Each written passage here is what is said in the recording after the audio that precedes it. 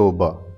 اگر انسان کی اپنی عقل اس کی اپنی زندگی کو خوشگوار نہ بنا سکے تو اسے ذام آگاہی سے توبہ کر لینی چاہیے۔ اگر اپنا گھر اپنے سکون کا باعث نہ ہو تو توبہ کا وقت ہے۔ اگر انسان کو اپنا حال اور حالات درست کرنے کا شعور نہ ہو تو اسے دانشور کہلانے سے توبہ کرنی چاہیے۔ اگر مستقبل کا خیال ماضی کی یاد سے پریشان ہو تو توبہ کر لینا ہی مناسب ہے۔ اگر انسان کو تلاش کے باوجود ہمیشہ غلط رہنما ملے تو اسے اپنے اطاعت اشاری کے دعویٰ سے توبہ کر لینی چاہیے۔ اگر انسان اپنے آپ کو غم، پریشانی، غریب الوطنی یا موت سے نہ بچا سکے تو اسے اپنے خود مختار ہونے کے بیان سے توبہ کر لینی چاہیے۔ اگر انسان ایک ہی پتھر سے 2 دفعہ ٹھوکر کھائے تو اسے اپنی صحیح روی کی ضد سے توبہ کر لینی چاہیے۔ اگر انسان اپنی جوانی اور روپ سے پریشان ہو تو اسے بناؤ سنگھار سے توبہ کرنی چاہیے۔ اگر انسان میں اپنی کامیابی کا سرور ختم ہو جائے اور اسے یاد آ جائے کہ اس نے کامیاب ہونے کے لیے کتنے جھوٹ بولے تھے تو اسے ضرور توبہ کر لینی چاہیے۔ اگر انسان کو اپنے خطا کار یا گناہ گار ہونے کا احساس ہو جائے تو اسے جان لینا چاہیے کہ توبہ کا وقت آ گیا ہے۔ اپنے گناہوں کا احساس ہی توبہ کی ابتدا ہے۔ اگر گناہ کا کوئی گواہ نہ ہو تو توبہ تنہائی میں ہونی چاہیے۔ اگر گناہ پوری قوم کے سامنے سرزد ہوا ہو تو توبہ بھی پوری قوم کے سامنے ہونی چاہیے۔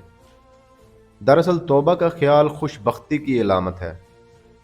جو اپنے گناہ کو گناہ نہ سمجھے وہ بد قسمت ہے۔ انسان حکم عدولیوں پر توبہ کرتا رہتا ہے، اس لیے اشرف المخلوقات ہے۔ کافر اپنے کفر کو دین سمجھتا ہے، اپنی عبرت کو پہنچے گا۔ کچھ لوگوں کا خیال ہے اپنے ضمیر اور اپنے مزاج کے خلاف عمل کرنا گناہ ہے۔ ایسا ہرگز نہیں۔ گناہ اپنے مزاج کے خلاف عمل کرنے کا نام نہیں، اللہ کے حکم کے خلاف عمل کرنے کا نام ہے۔ گناہ اخلاقیات کے حوالے سے نہیں، دین کے حوالے سے ہے۔ اخلاقیات کا دین اور ہے اور دین کی اخلاقیات اور۔ سچ بولنا اخلاقی فریضہ بھی ہے اور دینی بھی، لیکن دین نے ایسی صداقتیں بھی بیان کی ہیں جو اخلاقی صداقتوں سے بہت مختلف اور معاورہ ہیں۔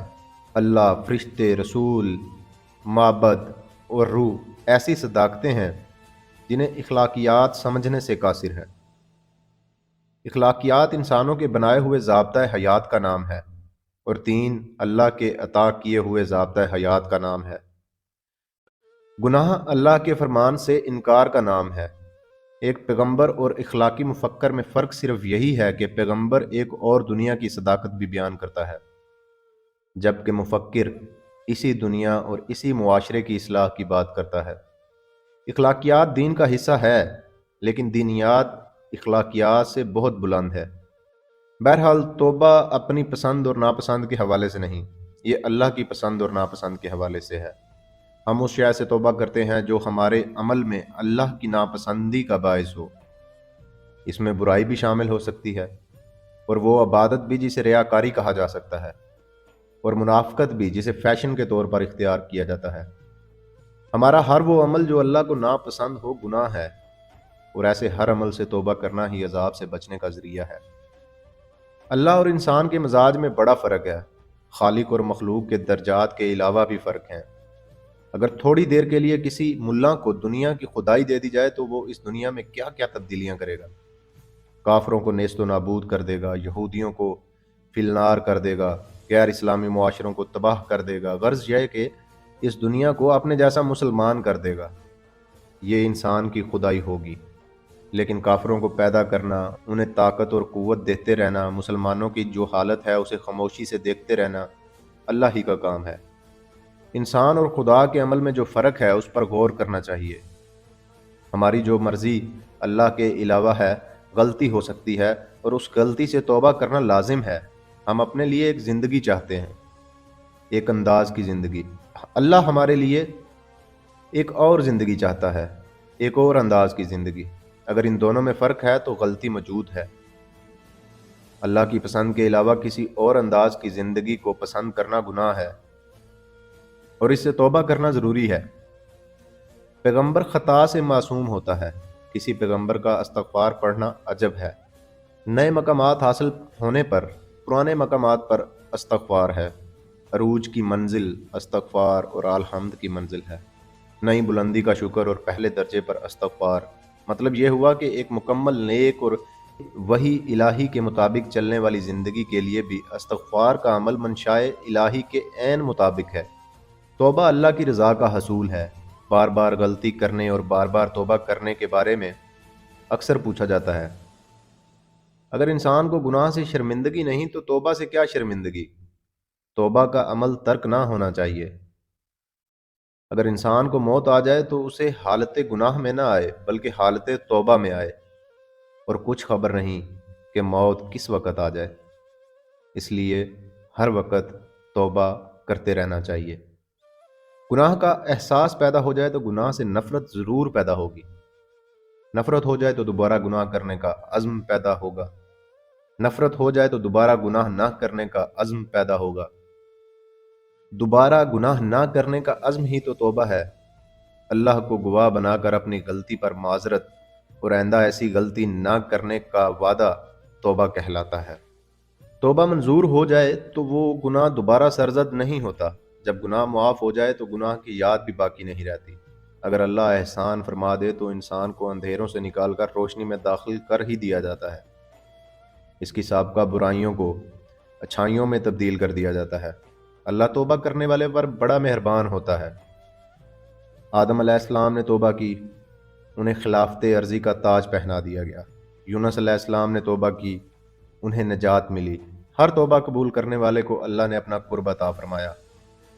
شرط صرف یہ ہے کہ توبہ صدق دل سے کی جائے اور اپنے آپ کو اس راستے سے الگ کر دیا جائے جس راستے پر غلطی کے دوبارہ ہونے کا امکان ہو۔ توبہ کرنے والے کی زندگی تبدیل ہو جاتی ہے۔ اللہ سے توفیق مانگنی چاہیے کہ توبہ سلامت رہے۔ توبہ شکن انسان کہیں کا نہیں رہتا، وہ اپنی نظروں سے گر جاتا ہے، وہ احترام کے تصور سے محروم ہو جاتا ہے، وہ دعا سے محروم ہو جاتا ہے، وہ عبادت کی افادیت سے محروم ہو جاتا ہے۔ گناہوں میں سب سے برا گناہ توبہ شکنی ہے۔ توبہ شکنی انسان کی شخصیت کو اندر سے توڑ پھوڑ دیتی ہے۔ اس کا ظاہری وجود بے خراش ہو تب بھی اس کا اندر کا وجود کاش کاش ہو جاتا ہے۔ دراصل گناہ بالعموم انسان کو نقصان پہنچانے والا عمل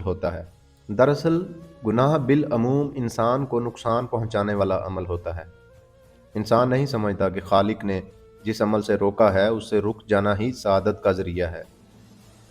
ادب کی دنیا میں اگر مصنف ایسی کتاب تحریر کرے جس سے قاری میں گناہ کی رغبت یا میلان پیدا ہو جائے تو ایسی تحریر گناہ ہی کہلائے گی۔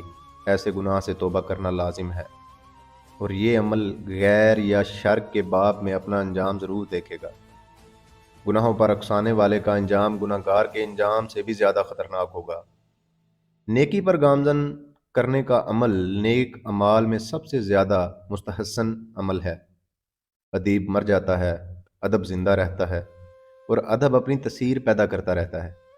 تاثیر پیدا کرنے والا مرنے کے بعد بھی اپنے نامہ اعمال میں اپنے قاری کی نیکی بدی کے حوالے سے اضافہ کرتا ہے۔ جس نے جتنے زیادہ لوگوں کو نیک بنایا اسے اتنا ہی زیادہ انعام ملے گا۔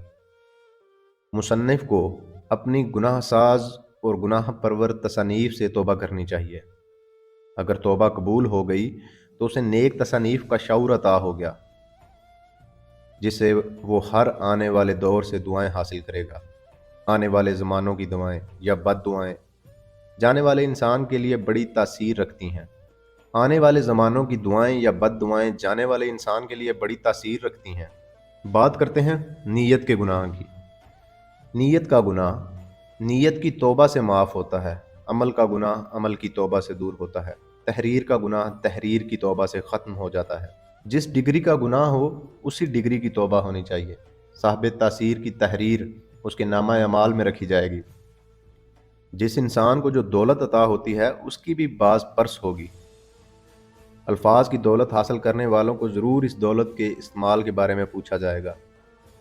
اگر نصیب یاوری کرے تو اپنی تحریر کو اپنی نیکیوں میں اضافے کے لیے استعمال کر لیا جائے۔ گزشتہ پر توبہ کا مدعا ہی یہی ہے کہ آئندہ اپنے الفاظ کے استعمال کو اپنے اعمال کے آئینہ میں دیکھا جائے۔